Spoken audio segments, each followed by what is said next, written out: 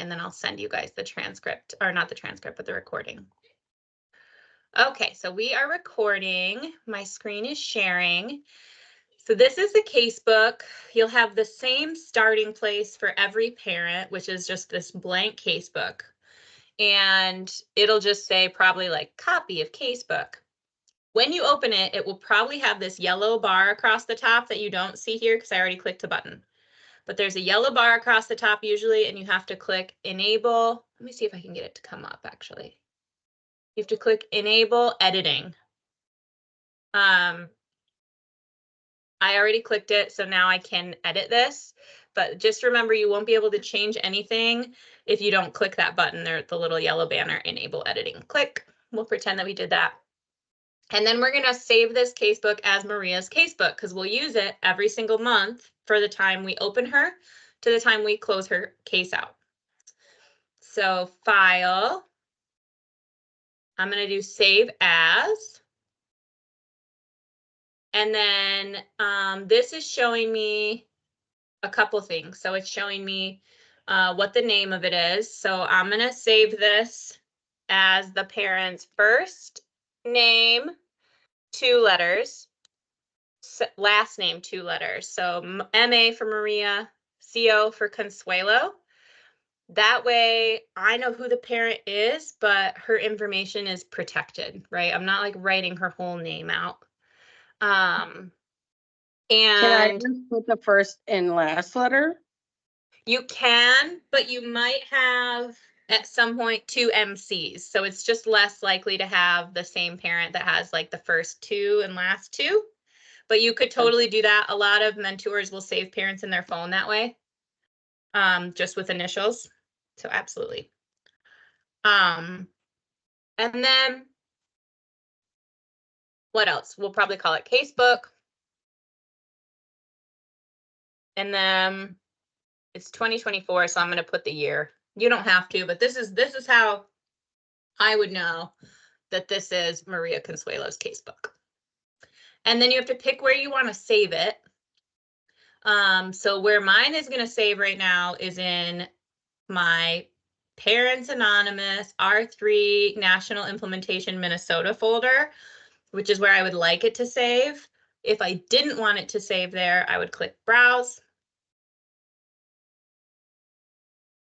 And then my computer opens and yours would look different, right? But it's going to show me all the different areas that I could save it.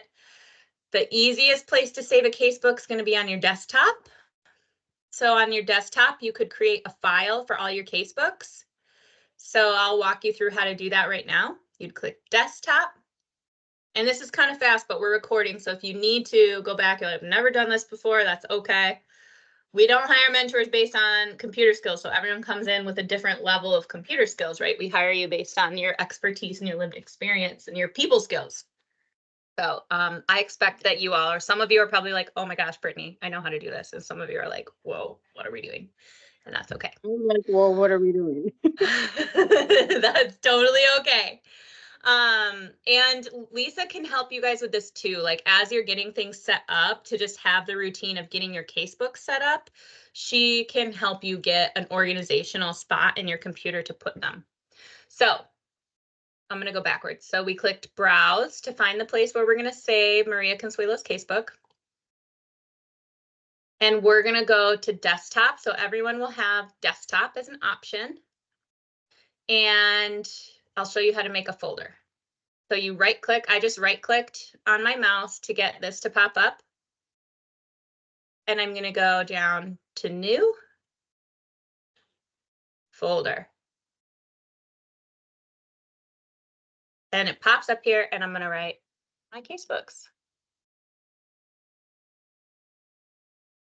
So now I have a folder on my desktop for all my casebooks. We're almost done with these steps. There's a lot of steps to just get it set up. I'm going to click it open. How did you get it to go? Oh, I see. How you could type on it. Just to put my casebooks. Yeah, so if you want to ever rename a folder, you can right click on it. And then down at the bottom, it says rename. And then it allowed me to type. And So then that then way I it'll would be labeled check that. my casebooks and then just, why does mine say open instead of save? Oh, so then, yeah. So when I clicked it, mine changes. So see, mine says save now because it wants to save it in just on my desktop. But Yeah, now I click this and it says open. So we do want to open it. Open the folder. So now if you look at the top, there's something called a breadcrumb and it says we're on this PC desktop in the My Casebook folder. okay. So we made it to the place where we want this thing to save. And then we have the press file save. name and we're going to press save. Got it. To check whether or not it happened, I'll show you guys how to do that, and then we'll get into like starting to fill our casebook in. So here is my desktop, and I did not have my casebook folder here before, but I do now. So when I open this, now I have my casebook there. Perfect. For Maria Consuelo, and that's how I can check that it did indeed save there. I won't have to do that again. Now when I just press save, it'll update and I'll know that my casebooks are living right there on my desktop. Okay, so we want to fill in, you'll have with your casebook a summary tab at the beginning. So at the bottom of your Excel casebooks, you have a summary tab, and then each month is labeled June, July, August. Slightly annoying, they all start in June 2023, so we do have to go forward a fair amount to get to present time. Mine, Brittany, mine just says summary tab and then month 1, 2, 3, 4, month 5. 1, 2, 3. Yep. So so if it says that, the first month is June 2023, which is really confusing. But you can also do the same thing where you can right click the tab and then go up to rename. And you can label it whatever you want. June 2023? June 2023. And then each tab would be the next month. So summary tab 2, you would rename to July 2023 in the butt. and so on. It is a pain in the butt. I recommend, actually, I'll send you guys this version so that I'll send you an updated casebook so that you don't have to like kind of go through that and it'll be labeled. But if you do open it and it still says that, so see, I can go all the way over. Mine goes November, December, January, February, March, and then April, month 11. So I stopped labeling them here, but I will go through and update this for you guys and send you a new copy. Okay. And then that will be your master copy that you'll use. Okay. Casebook.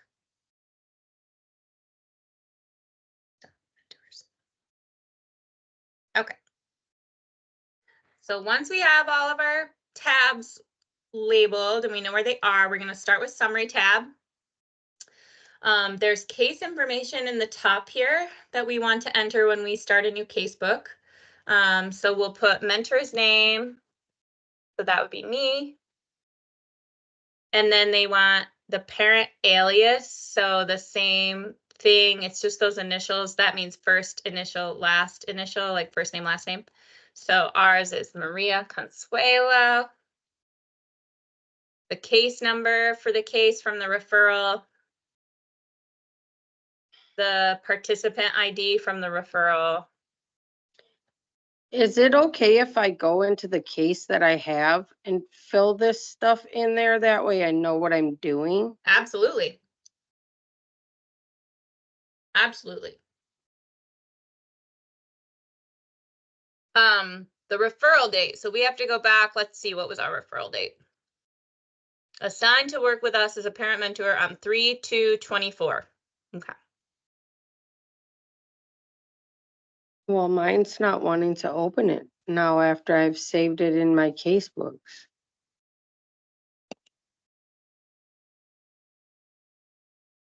It doesn't want to open the new casebook. No, it doesn't want to open what I had saved.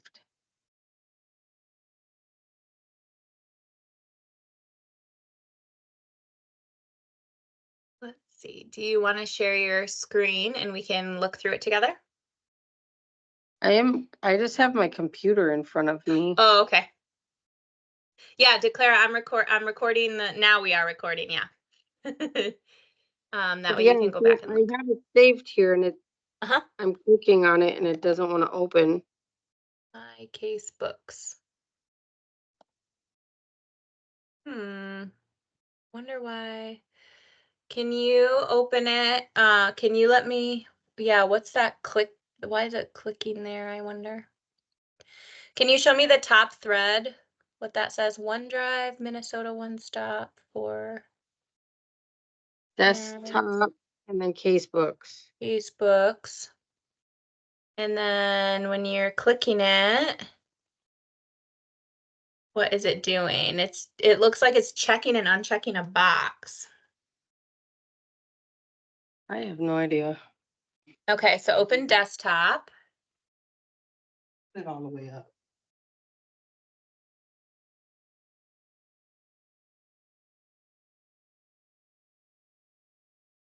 My Casebooks. Double click. Try a quick double click. Oh, it's thinking. Wrong with it. All right, try right click on it.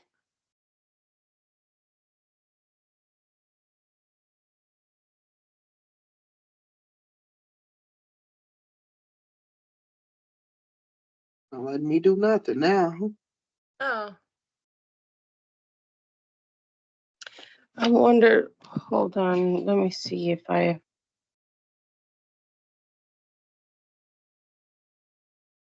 just don't know what that is. Let's go out and come back in and see. Now, how did you get in there? Through your library? No, I went to this, how she told us how to save it. yep. It's there, so it's in the right spot. Just wonder, is it not opening because I saved it? So that's the thing that's confusing, because Oh, when it's you're right in there. these, Uh-huh. There you it gotta is. make sure, I gotta make sure that I'm going to this and switching it. So I wonder if that's something that I did. I What you save made, it to, switch? see how it's got mine account right here? Yeah. Then it's got Minnesota One Stop for Communities. I wondered, is it not letting me access it because that's not mine? No, that's not yours. So you don't go in there. No, but I thought I had switched it.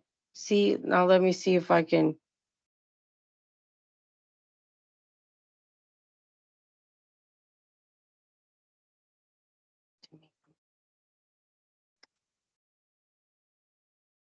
See, then I have mine.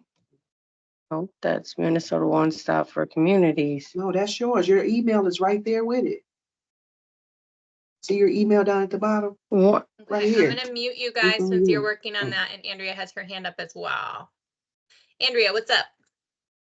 I figured it out. I was just wondering, like, her page looked different from mine, but then I clicked Oh, yeah. on the summary. Yeah, so I was on a whole different page. So you're on the summary tab now. Awesome. Okay, and you all are still trying to work on finding that, so we'll give it a minute.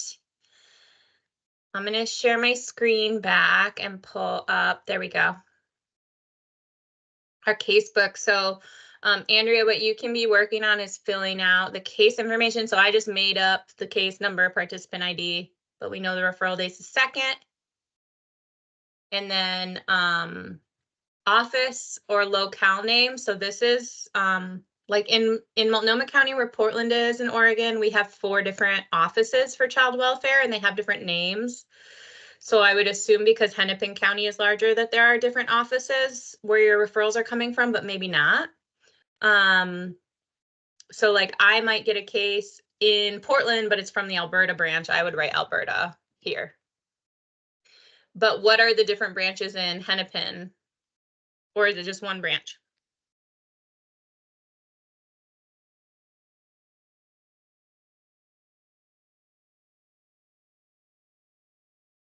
What did she say you have to do? What did you say, Brittany?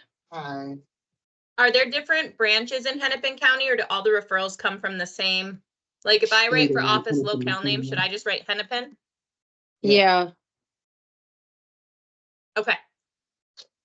So we'll write Hennepin County for all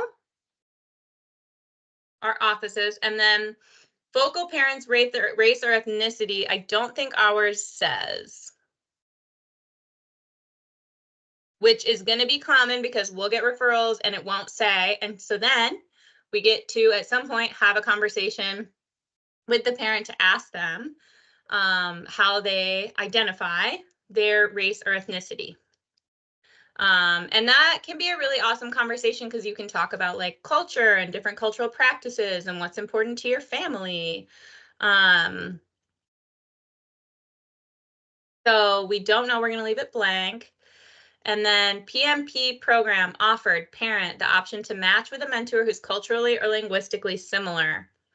You can say yes or no, and then explain why.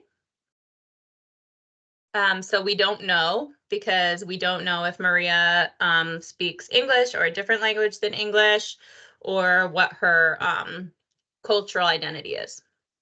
So we're going to leave it blank for now because you can always go back and keep filling this in. You won't have all these things right at the beginning.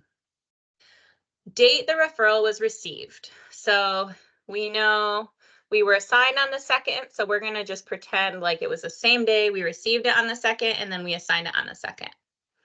Date the referral was assigned the 2nd. Oops.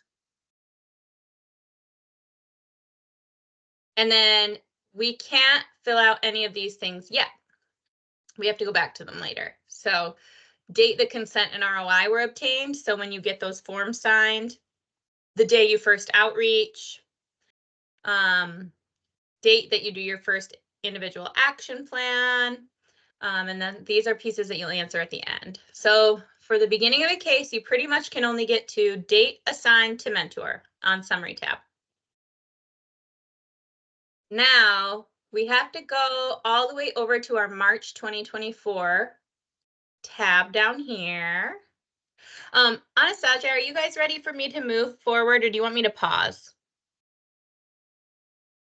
I got back into, I figured out where her thing is, where Okay. the case file is, but what is this child welfare case number? Where would I find that on the paper that we have? Because I see a SS, what is it, a SSIS person ID number, but not a, Not a case number? no. So the participant ID number would be the SSIS number, then one under it. You all might not have case numbers in Minnesota. Here, so they're probably changed. That's probably why, because these are the numbers. So I put the top one here and then the I think oh, it don't even matter at this point. It's numbers. So that's the numbers how they refer. So okay, so this would be her participant ID number. yeah. Mm-hmm. Okay. Okay, I see. And that's a way, like, if you ever were going to send information to a caseworker, they might use that number to keep track of parents. Mostly, I would hope workers know who parents are by name and they're not looking people up by numbers, right? But it's just a tracking thing. And in Oregon, we have to use this for our billing. So that's the reason for that we have it there. But if it's useless to you all, you do not have to fill out these boxes. That's really up to Lisa. Okay. I think it was just a little confusing because these numbers are so long and the Oh ones yeah, in okay. the example are shorter. Erase all the example out.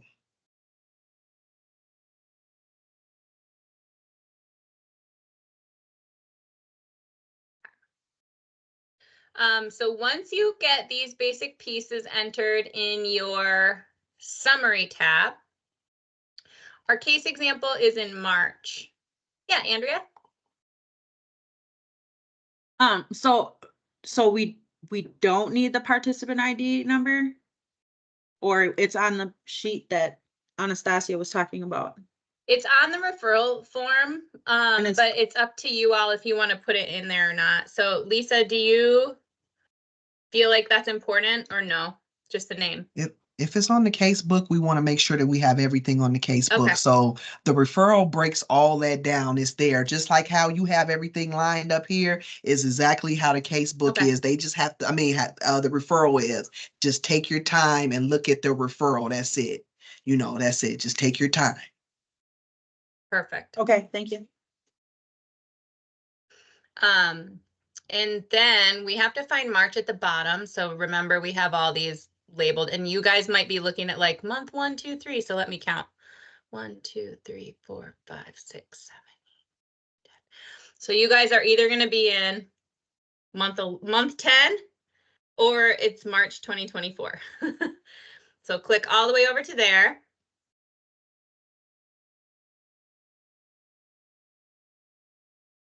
And let's see, I need to make mine a little smaller. This is where you'll spend the majority of your time documenting, is in the month tab. So I check that I'm in the right month. My name and the parent's name have auto copied over, but if they don't, you just refill those out. The office name for some reason didn't copy over on mine. So I'm gonna write in Hennepin County. And the case number and participant ID number are there as well. If it was me, I would go back to the summary tab, copy them.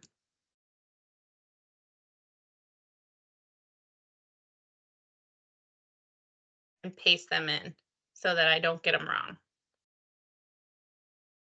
So then navigate back over to the March tab. Oh, mine auto-filled in once I had it on that first page. So everything auto-filled for me except the office name. The next boxes you see in your monthly summary, the total minutes, total phone calls, face-to-face, total.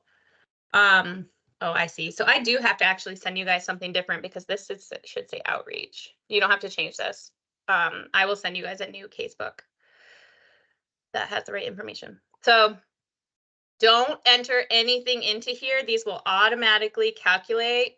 If you click on one of the zeros, just like one click, what you'll see in the top equation is the formula where it's pulling all of the information for the month to calculate for you. So you don't have to do anything with those. And if we delete or mess with the summary, then it'll show an error sign. It'll say like hashtag false or something like that.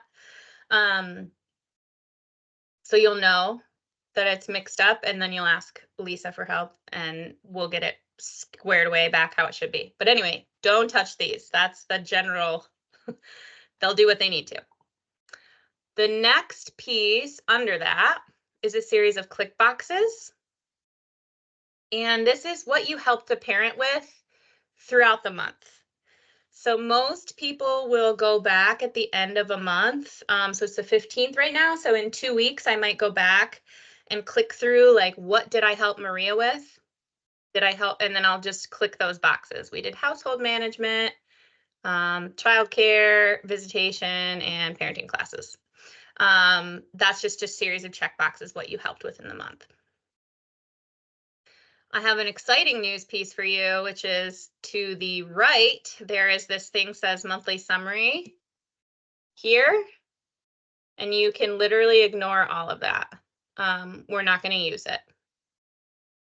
So that is really nice. Your monthly summary will just be these check boxes, basically, of what you help the parent with. So there's no writing in that. No writing in that. The case notes, there's writing, but there's no like summarizing each month, like the parent has strengths in blah, blah, blah. The goals for next month are blah, blah, blah. Okay. You just will be doing check boxes for the end of the month summary. So it'll be much faster. Now, contact notes. So if you keep scrolling down, and you can even see, I'm going to scroll down just so you can see. contact note, contact note, contact note. So you'll just see the same thing over and over and over. And this is the place where you're going to be able to put each note of that you're working with the parent. So I'm going to go to the top of the page, scroll to my first note, and one note is this whole section from contact note over to these boxes. So in mine, it's 27 to 39. The rows 27 to 39, that's one contact note. I am going to go back to our summary to see, we're going to use this case example now for the next 30 minutes, and we're going to actually start answering, start taking case notes on this work. So 3/4/24, we phone and text Maria, but don't get an answer. So in my casebook, the date is at the top line there. So G29. And it was 3/4/24. And you'll know you're in the right month because it'll prompt you. So mine says enter a date between 3/1/24 and 3/31/24. So now I know I'm in the right month tab, month 10 or March. Can everyone get the date in there?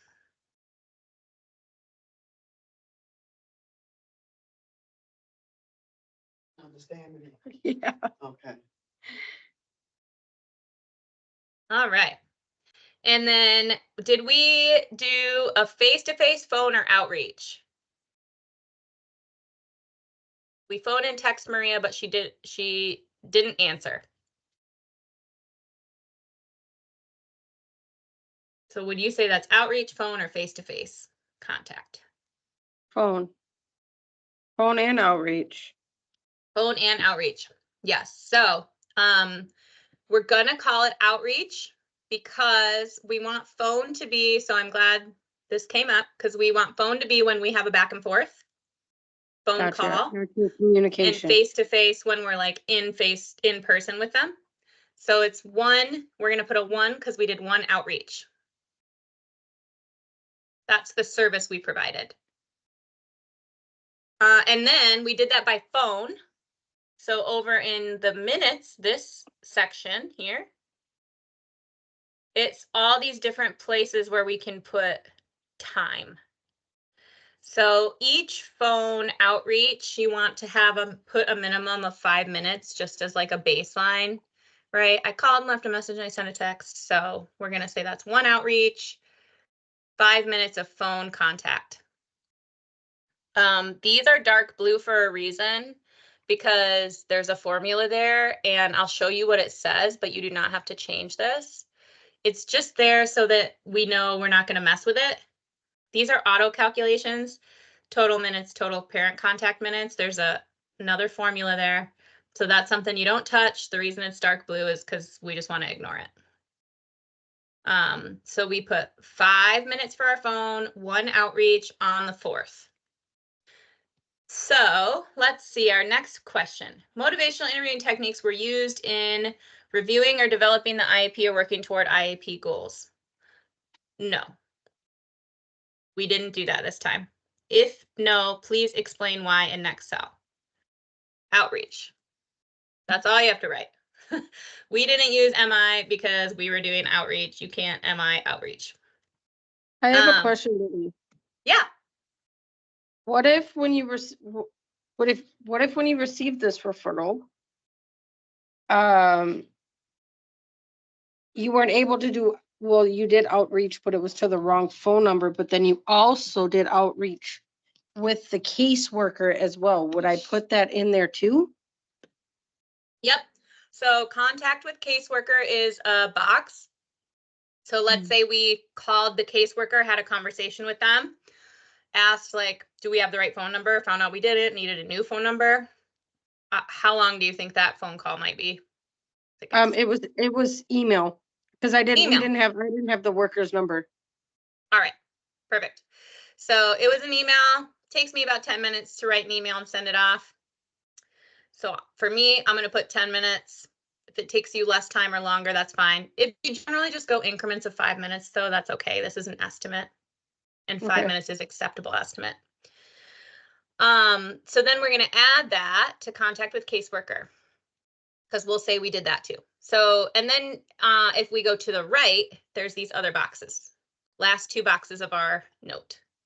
Description of contact. If a face-to-face meeting, please document what you observed, interactions between mentor and parent. And then there's another piece, IAP, progress made. So a description of contact. We phone and text outreach to parent, emailed caseworker, or contact info. Doesn't have to be exactly that. It can be your version of that, but it's just very brief. Here's what I did. This is about how we interacted with what service we provided. You put, we phoned outreach. Yeah, I said phone and text outreach to parent, emailed caseworker for contact info. But you could just write outreach to parent, emailed caseworker, like it could be that brief. Okay, Because the notes don't go anywhere. The written part of the notes don't go anywhere. It's just for us to know I did this thing. okay. And then IEP progress made, none, because we don't have an IEP yet. We're still outreaching. So we want to So we write just put something in none. that box, but we're not working toward a goal right now. Can we just write none? Yeah, I just wrote none. Okay. You could write none. You could do like the N/A for like not, what's the A stand for? Applicable, not applicable. Applicable, not applicable. Yep. So that's one contact note. I want to show you guys something else. So when I scroll back up to the top now, it shows my total 15 minutes for the month that I just entered that note, that I did 1 outreach, and that I spent 5 minutes phoning the parent. So that's how we know the summary, those calculations are working. I didn't change anything up there, but it's just automatically adding for us at the top what we're doing for that month. All right, let's do another note. Let's see what happens next. 3/4/24. Oh, look, we email the caseworker to let them know we've been assigned to work with Maria.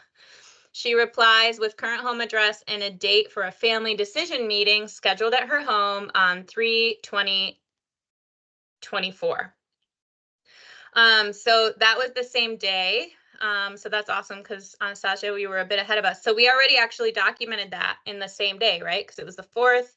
We put our 10 minutes and we said emailed caseworker for contact info. So that's already done. So we'll move to our next thing that happened. 3/7/24. We stop by Maria's address. She's home, but not able to talk for long. We make a plan to meet next week, Thursday. Okay. 3/7/24. So our next contact note, you can see it starts on line 40. So in line 42, we'll put our date, 3/7/24. And then what do you guys think? Face-to-face, phone, or outreach for this one? Face-to-face. Mm-hmm. So we put a 1 because we had 1 face-to-face with her. And then let's see, the note said, she's home but not able to talk for long. You make a plan to meet next Thursday. So how much time do you guys think we spent at her house? Like 20 minutes, maybe. Perfect. So for 15. home community visit, in line 42, we're going to put 20 minutes. So now we've documented the date that it was a face-to-face and that we spent 20 minutes at her home. Motivational interviewing techniques were used in reviewing or developing an IAP or working toward IAP goals. What do you guys think? Did we do any of that yet?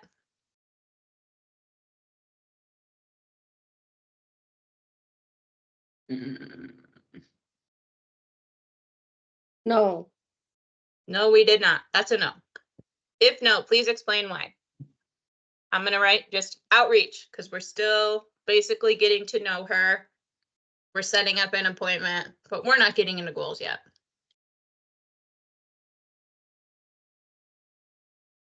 All right, description of contact. So stop by her Quick address. question. She was home but not able to talk for long. We make a plan to meet next Thursday. If it was me, the way that I would describe this is that I went to parent's house. Parent was home, made a plan to meet. And that's it. And you could even be more brief than that. Met parent, set a date for next Thursday to meet or something. Like whatever your language is. We just want to be brief, but we want to say what happened. IAP progress made. That's still a no. We didn't do that because this is all IAP line down here, right? Like we're not doing that yet. Okay, let's go up to C. Yep, it's all adding in. There's our face-to-face. Our minutes are going up. It's working. Okay, our next note. Quick question, Brittany. Yes, ma'am. So if, let's say, I attempted outreach 3 times, would I put 15 minutes then? If you did outreach 3 times, is it on the same day or different days? Different days, but in that month. Each one would have its own note for that day. So let's say the 4th, you call an outreach, and then let's say we do it again on the 10th, we would do 310, 24, Gotcha. a number 1 for outreach. And then if we did that by phone of 5 minutes, and then same thing, outreach, phone, left message. Okay, I see. Yep. If you do the multiple things in the same day, you could put them in one note. So that's how Okay. you get away with using one note more than one thing. Like that's what we did up here because we did the phone with the parent and we contacted the caseworker in the same day. So we're able to make that into one note. So you can think about your contact note as you want one note per day with the parent. Okay.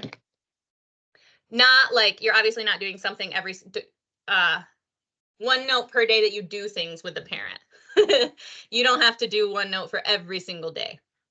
Okay. Because we have up to 10 parents at a time. You're not going to do something with every parent every day. Okay. Let's see what else we have. Next item. 3/9/24. You text Maria to confirm your appointment for Thursday. Okay, so actually I'll change this outreach to 3/9. Outreach 1. Phone 5. Still no, right? We're getting the groove on this bottom line here. Outreach. Haven't done the IAP yet, so that's still NA down here. And then in the description, just like text reminder for appointment. That's it. Something brief. But that's an outreach because we didn't have an exchange. So even though you've already met once, if it's not like a confirming, it's outreach. But what if she texted back and was like, okay, sounds good. I really need a food box, or okay, sounds good. Can I give you a call tomorrow or something like that? Just responds. Then it's no longer an outreach, but it would be a phone because we had a back and forth. Any questions about the difference? Because it gets confusing. You guys got this. Okay, let's get into some more contact notes. 3/11. Oh boy, 3/11, we did a lot. You meet with Maria on Thursday. explain services, sign consent and ROI paperwork. Maria's upset because her boyfriend is now unhoused due to the caseworker not allowing him in the house at the same time as the children.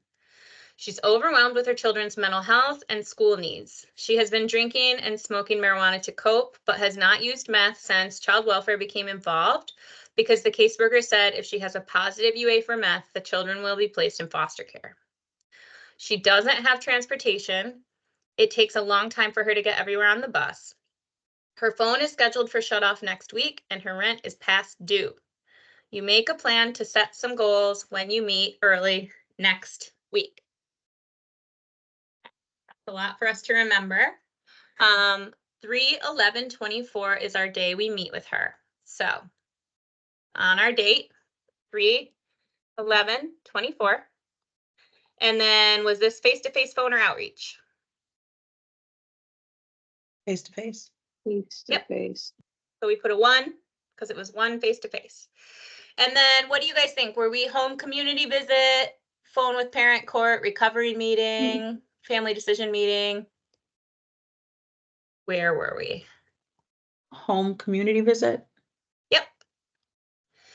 And how long would this type of a meeting take you guys? Where you're meeting, you're signing initial paperwork, but then also it's like there's a lot going on and they're starting to really, the parents really spilling to let you know like what they need help with.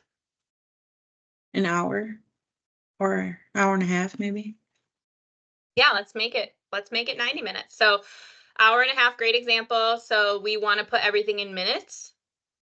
So if it's an hour, we would put 60, right? Hour and a half, we would put 90. Everything's in minutes. If we just put 1, then it's going to think we only did 1 minute of work. So even if it's over an hour, calculate it in minutes so you get your full credit. Motivational Brittany- interviewing. Yeah, go ahead. If we're texting between the parents, is that still phone? Yep. Okay, Texting exchange is phone. Good question. okay. And say you're texting like throughout the day. So obviously, like sometimes when we're texting, a lot of the time it's like I text and then you respond later and then I respond later. You can just kind of average how much time you think it took for the day. So even if it's like a 4-hour span that you're texting, you're not going to put 4 hours, but you might put 20 minutes because there were several exchanges and that would be okay. Okay, so we have 90 minutes for our face-to-face. Motivational interview techniques were used in reviewing, developing IEP, or working toward IEP goals. We probably used motivational interviewing when we were providing that emotional support, but we haven't made the IEP yet, so we're still going to say no. If no, please explain why. First, face-to-face. That's what I would say. You could put anything in there. You could put outreach still. You could put like haven't done IAP yet. Doesn't matter a ton, but it's just that's what we have to say something. Okay, description of contact. So a lot happened. We explained our service, signed consent and ROI, and then she's got all of these needs. And we made a goal to meet next week. So how would I write that note? Description of face-to-face contact. I would say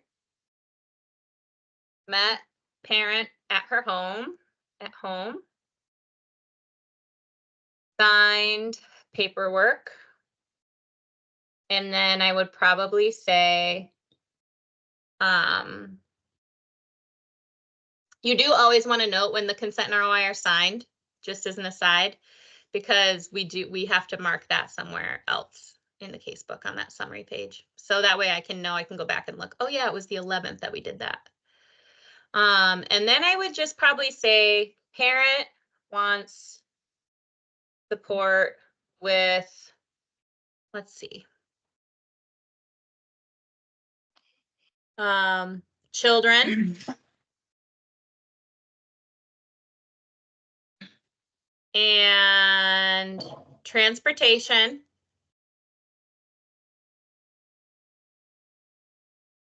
and some financial support.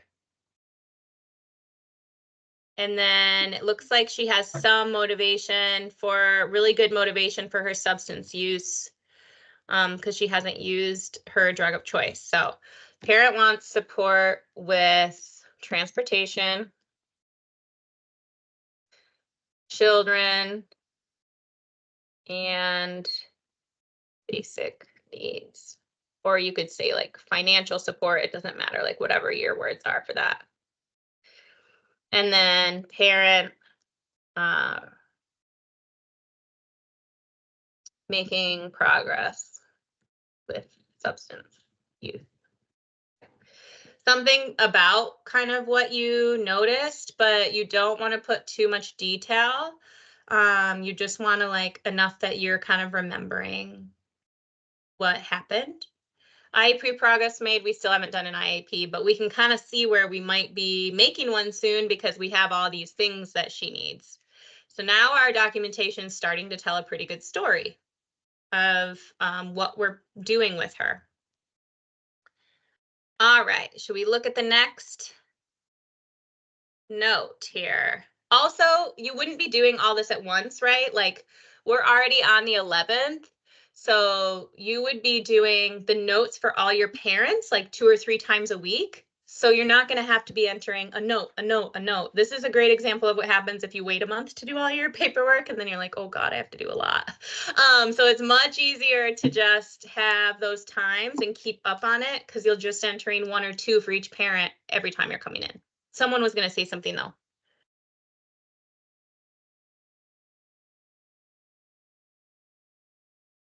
Okay. So now we have the 13th, 3/13/24. You set some goals with Maria, give her resources for rent assistance. You can take her to get a phone paid for by a community organization. She wants support with treatment because she's been really close to using meth with her boyfriend over the weekend, though she said she didn't use. All right, so 3/13/24. That's our date. Our note didn't say whether it was face-to-face phone or outreach. So we get to decide. What do you guys think? Are we doing this in person or are we doing this by phone? In person. In person. Awesome. So we're having another face-to-face with her. So we're going to put a 1. How long do you think it would take to set some goals, give her resources, take her or talk about making a plan for the phone, talking about treatment? What do you guys think? How much time did we spend with her? Another hour, maybe. 60 more minutes. I love it. Okay. And then we also found some resources that we're bringing. So you could put in other case management how long it might take for us to find that. We can take her to get a phone paid for by a community organization. That might have taken me 20 minutes or 15 minutes to research. So I can put 15 minutes in other case management to have found that resource to bring it to her. And that way we get to count our time we spent working toward that. And then she wants support with treatment, but she hasn't used meth. So we didn't contact another provider yet, but we might be contacting some SUD, substance use providers. And if we were doing that on her behalf or with her, we could put time in that as well. Motivational interviewing techniques were used in reviewing or developing an IEP. What do you think? Did we finally do this? Yes, because we're helping her get services. I would say yes, because it says you set some goals and we got her some resources. So yes, we did write down an IEP and we're going to use some MI because now we're talking about treatment readiness. So we're definitely going to be having those motivational interview conversations. We don't have to explain anything because it says if no, why?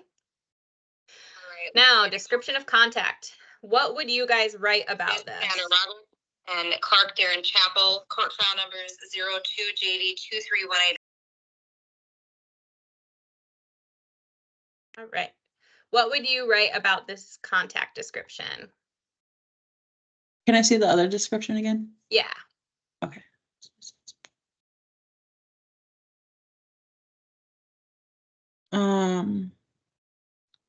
So just set goals. Found resources. Going to help with the phone, ride. And then called around for treatment. Awesome. So set goals with parent. Gave resources. Made plan to help with phone. Called around for SUD treatment. IAP progress made, I would say wrote down goals. So that's like we made the IAP goals. And then now from here forward, if you're working on the goals, that's what you would put in the progress made. So like work toward treatment goal, or got rental assistance, or provided emotional support, like whatever those things are in the IAP, you can start to write down that you're making progress on them. We probably have time for just one more note, and then I'll stop our recording. Actually, I'm going to pause our note pieces. So there's a whole bunch more examples here that you could practice if you want, and I'll send you this with the new casebook. But I know that I think most of you have cases, but not all of you. So it's better to just use your cases you have now, and you could start in May and start using this to document your case notes either from here forward or through the month of May. That's really up to Lisa to decide how you guys want to start. So I guess I'll pass to Lisa. Would you like folks to start using this from May 1, or would you like them to start using it from like now forward? It should be from now forward, huh? Don't you think? I think that's easier and less Okay. intimidating to not Yeah. have to go backwards. Yeah, yeah. And so, Declara has, I see she left. Did she tell you that she was leaving? Oh, let's see. I know she said she was a little tired, had some other Yeah, things she going did on. ask, will they get the record? Will this get recorded? So I Okay. did record it, so I will pause the recording and then I'll make sure to send it to Okay, everyone. perfect. And so, yeah, because